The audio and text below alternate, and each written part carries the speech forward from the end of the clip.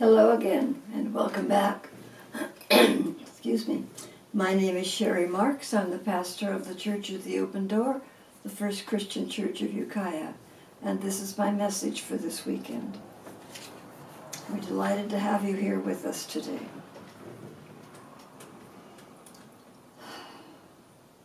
Before we get started, let me give my usual reminder that we do have a brief communion service after my message, and everyone and anyone is invited to partake in it.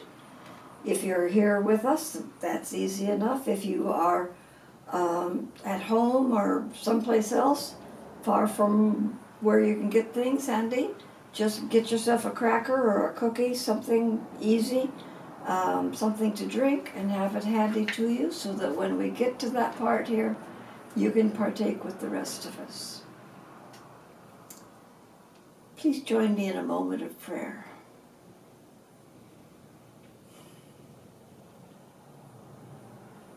Holy One, thank you.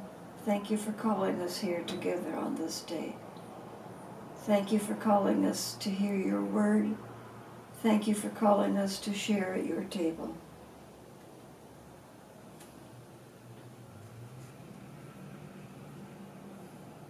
Give us ears to hear what you would have us hear today. Bless our reading of your word. Amen. Our reading for today comes from Paul's letter to the people of Ephesus, supposedly. Long before he had laid down earth's foundations, God had us in mind and had settled on us as the focus of his love, to be made whole and holy by his love. Long ago, he decided to adopt us into his family through Jesus Christ. And what pleasure he took in planning this. He wanted us to enter into the celebration of his lavish gift-giving by the hand of his beloved Son. And because of this, we are a free people, free of penalties and punishments chalked up by all our misdeeds, and not just barely free either, abundantly free. I love that line and the way it's put here. Not just barely free, but abundantly free. Now, next Sunday will be Palm Sunday, often called Passion Sunday, the last Sunday in Lent and the beginning of Holy Week. There are many themes that can carry us through the Lenten season: sin, repentance, renewal of our spirits. But for the opening weeks, the readings this year seem to focus on forgiveness, what it means for us, what it means for those we forgive, and what it means when we withhold forgiveness. That's what we have been talking about for the past few weeks, and that's how we will finish up today. Our opening text comes from Ephesians chapter 1. Paul here is writing to the people of Ephesus, and he is writing from prison. At least that was what, in the early years, the accepted version of facts about this letter said. Now it appears that the majority of scholars put this one in the disputed letters file. Thus, it was probably not written by Paul. For one thing, the syntax is not Paul's. It was most likely written by a follower and fanboy of Paul, who attempted to be as true to Paul as his knowledge allowed him. It was not written specifically to the Ephesians. The address claiming it was written to the church at Ephesus was added at a later date. People that make it their life's work to study these things understand, and they can see those things. Wouldn't mean anything to me. In Paul's authentic letters, the word church always refers to a specific community. In this letter, it appears to apply to the church in general. One major theme of this letter is the difference between Christian Jews, who were known as the circumcision, and the Christian Gentiles, converts, known as the uncircumcision. Ephesians isn't a long letter, a matter of 7 or 8 pages, so there is no long, drawn-out examination of any particular conflict. But the letter makes it clear that there was, at some point in the past, a separation between circumcised and uncircumcised as to who was the more authentically true Christian, as the uncircumcised were clearly reminded that they were, at one point in the past, without Christ. This separation between Christian Jews and uncircumcised Christian Gentiles did not hinge on any difference in their desire to follow Jesus, but upon the purely Jewish practice of circumcision, a practice which Jesus never demanded, calling instead for a circumcision of the heart. The unnamed author of this letter, however, clearly celebrates that, whatever they may have been in the past, there is now no disunity, and all are now joined into one family in Christ. But now in Christ Jesus, you who once were far off have been brought near by the blood of Christ. For he is our peace.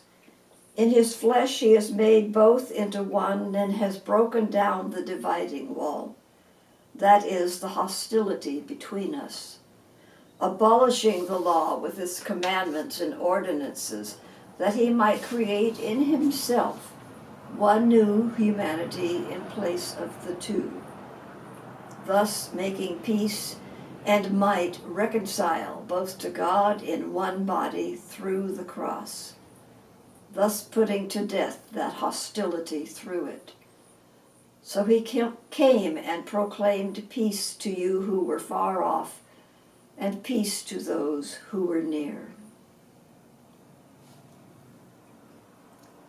So, this is what this letter is about. There were in the beginning 2 separate peoples who were exactly that, separate. Separated by a point of Jewish law which the Gentiles felt had nothing to do with them, but in the love and in the teaching of Jesus they had been brought together into one family of Christ. Here again this key part from the quote I just read a moment ago. He has made both into one and has broken down the dividing wall, that is, the hostility between us, abolishing the law with its commandments and ordinances, that he might create in himself one new humanity in place of the two.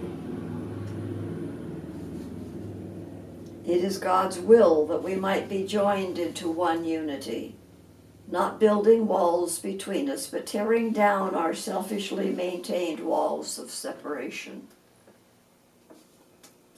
So what are the walls that we maintain? Who is it that we find almost impossible to consider forgiving? This is not an easy question, especially in the politically charged times that we live in right now.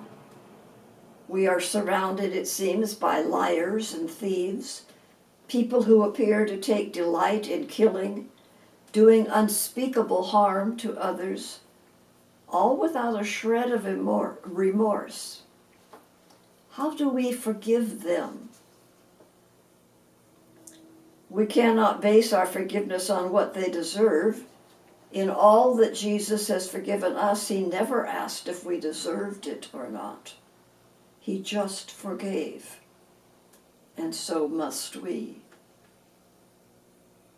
And we are not named to be the ones to judge them in the first place.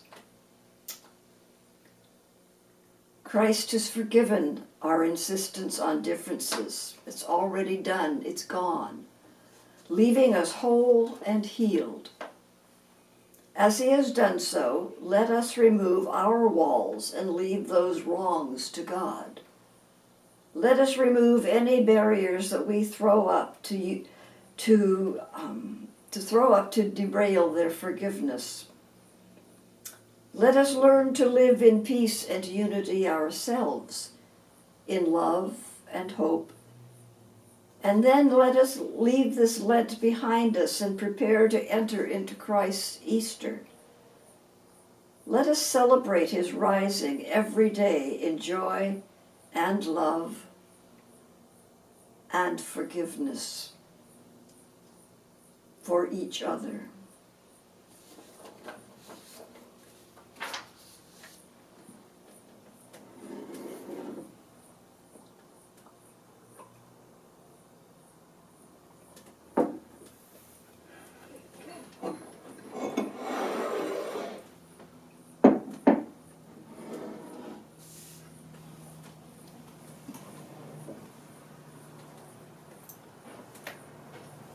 When Jesus calls us to the table, he simply calls us to do it together,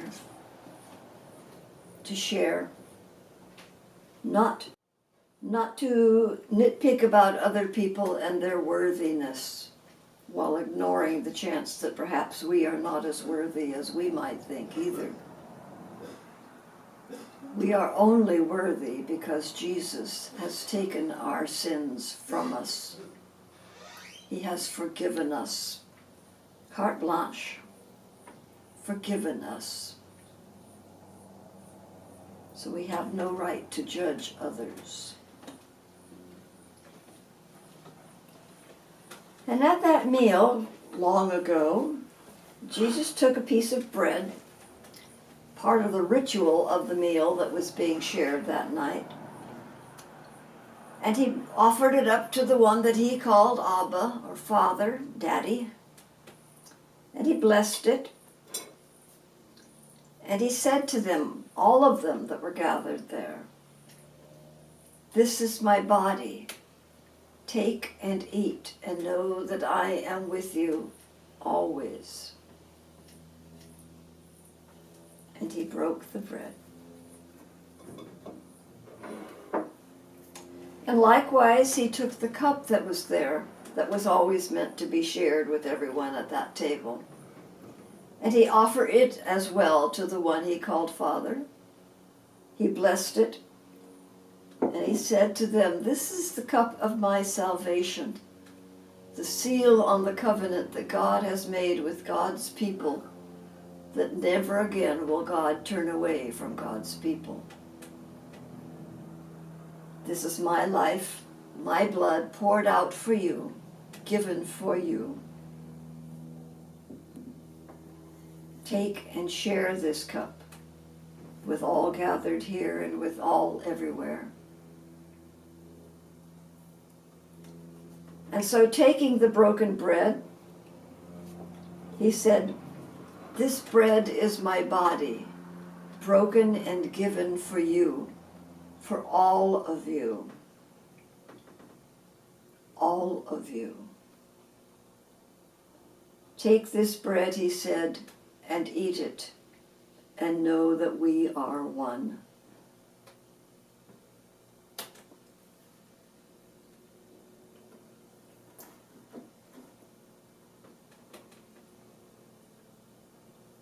And if you are at a distance from us here today, now is the time for you to share whatever you have brought to partake in this meal. Share, eat, and drink.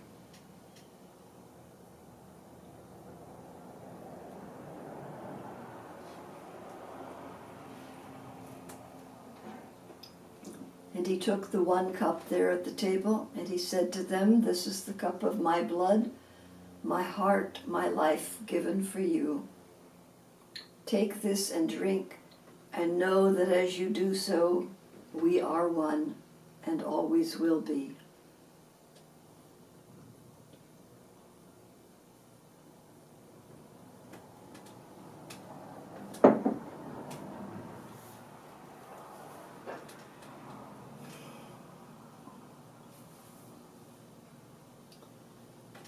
No matter how separated we may be as we come to this meal, we must put our separations aside, because the meal is for all, not for some.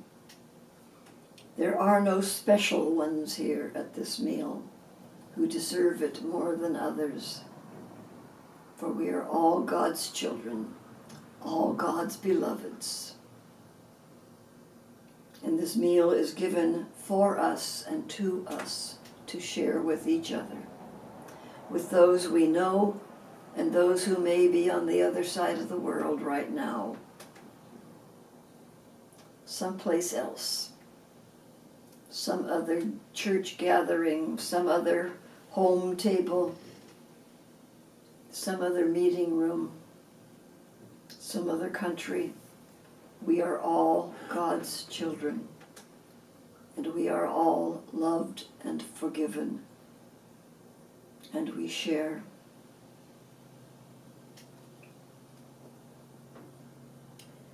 Thank you for being here with us today.